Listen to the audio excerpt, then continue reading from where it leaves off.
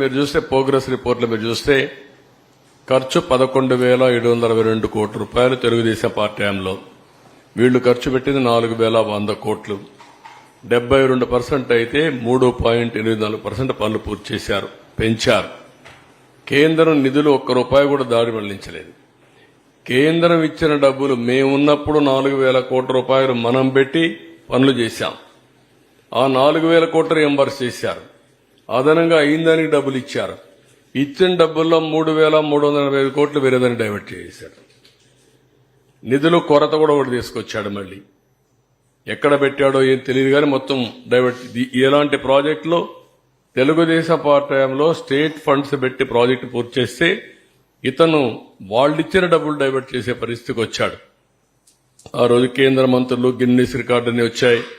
ఈ రోజు అందరూ కూడా తప్పు పట్టే పరిస్థితికి వచ్చారు. ప్రాజెక్టే ప్రశ్నార్థకమైంది. ఎత్తు 45.72 మీటర్లు, 194 టీఎంసీ ఆఫ్ వాటర్. ఇప్పుడు 41.15 అని మాట్లాడుతున్నారు. ఇది ఎక్కడుందో నాకైతే అర్థం కాలేదు. ఇది కొత్త వాదన. ఒకవేళ గాని 41.15 అంటే విభజన చట్టంలో పెట్టింది Polavaram project national project. And at the same time 45.72 metres ఎత్తది. అంచనా 55,545 కోట్ల రూపాయలు ఆమోదం తెలిపారు. ఇప్పుడు ఏమైందో అది కూడా అర్థం కాని పరిస్థితి. ఆ రోజు పర్యాటక కేంద్రంగా ఎవ్రీడే అందరూ చూశారు. ఇప్పుడు ఒక ప్రొహిబిటెడ్ ఏరియాగా తయారైపోయింది. ఆ రోజు 4,144 కోట్ల రూపాయలతో కాల్ నిర్మాణం, ముంపు గ్రామాలకి బాధితులకు అండగా అన్ని చేశాం. ఈరోజు 1,687 కోట్లు మాత్రం ఖర్చు పెట్టారు. ఇవన్నీ చూసి అక్కడ ఎవరైతే తెలంగాణ నుంచి ముంపుకు గురైన మండలాలన్నీ మేము తెలంగాణకు వెళ్లిపోతాం, మమ్మల్ని పంపించమనే పరిస్థితికి వచ్చారు.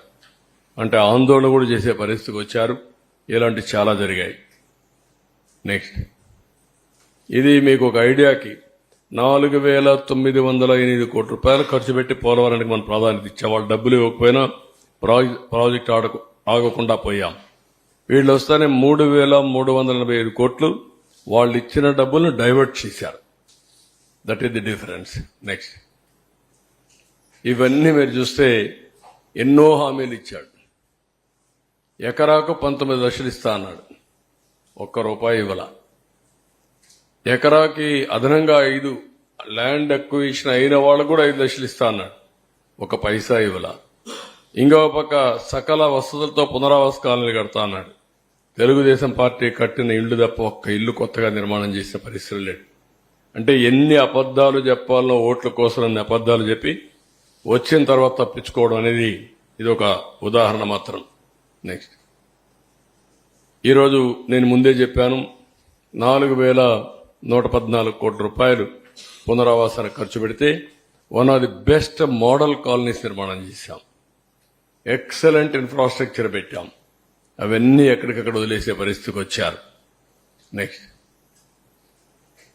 వీళ్ళు చేసిన ప్రకటనలు మీరు ఒకసారి చూస్తే మొదటి ప్రకటన 2021 జూన్ నాటికి పూర్తి, రెండో ప్రకటన 2021 డిసెంబర్ నాటికి పూర్తి, మూడో ప్రకటన 2022 జూన్ నాటికి పూర్తి, 4 డిసెంబర్ నాటికి పూర్తి 2022. ఐదోసారి ఎప్పటికవుతుందో మాకు తెలియదు, ముంచేశారు. ఇప్పుడు ఈ ప్రాజెక్టుకి ఏ పరిస్థితి వచ్చిందంటే కేంద్రం ఇంటర్నేషనల్ ఎక్స్పర్ట్స్ ఇన్వైట్ చేసింది.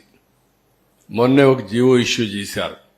అమెరికా నుంచి 2, కెనడా నుంచి 2 ఎక్స్పర్ట్స్ ని పెట్టి ఎవ్రీ మంత్ 10 days ఇక్కడ ఉండి అధ్యయనం చేసి రికమెండేషన్లు ఇమ్మని, ఎట్లా కాఫర్ డ్యామ్ని రెక్టిఫై చేయాలి, డయాఫామ్ వాల్ ఏ విధంగా ఇచ్చేయాలి, ప్రాజెక్ట్ యొక్క సేఫ్టీ ఏంటి, వాళ్ళందరితో రికమెండేషన్లు తీసుకుని ముందుకు పోవాలని ఉద్దేశంతో పిలిచారు. ఈ మంత్ గాని ఫస్ట్ వీక్ గాని వచ్చే అవకాశం ఉంది. వాళ్ళు వస్తానే వాళ్ళు కూడా అధ్యయనం చేసిన తర్వాత కొంత క్లారిటీ వస్తుంది. అంటే ఇక్కడుండే CWC central water works department commission, central water commission చేతులు తీసే పరిస్థితికి వచ్చారు. కాబట్టి ఇంటర్నేషనల్ ఎక్స్పర్ట్స్ కూడా పెట్టి వీళ్ళు వాళ్ళు కూర్చొని, ఎందుకంటే బిగ్ ఇష్యూ సేఫ్టీ ఇష్యూ, అలాంటి సేఫ్టీ ఇష్యూస్ కాంప్రమైజ్ అయితే ఇబ్బంది వస్తున్న ఉద్దేశంతో వీళ్ళందరినీ పిలిచారు. వాళ్ళందరూ వచ్చిన తర్వాత ఒక అవగాహన వస్తుంది. తర్వాత ఏం చేయాలో మనం ఆలోచించడానికి ఒక ఇది వస్తుంది. సుమన్ టీవీలో మీ పర్సనల్ అండ్ బిజినెస్ ప్రమోషన్స్ కోసం కింది నెంబర్కి కాంటాక్ట్ చేయండి.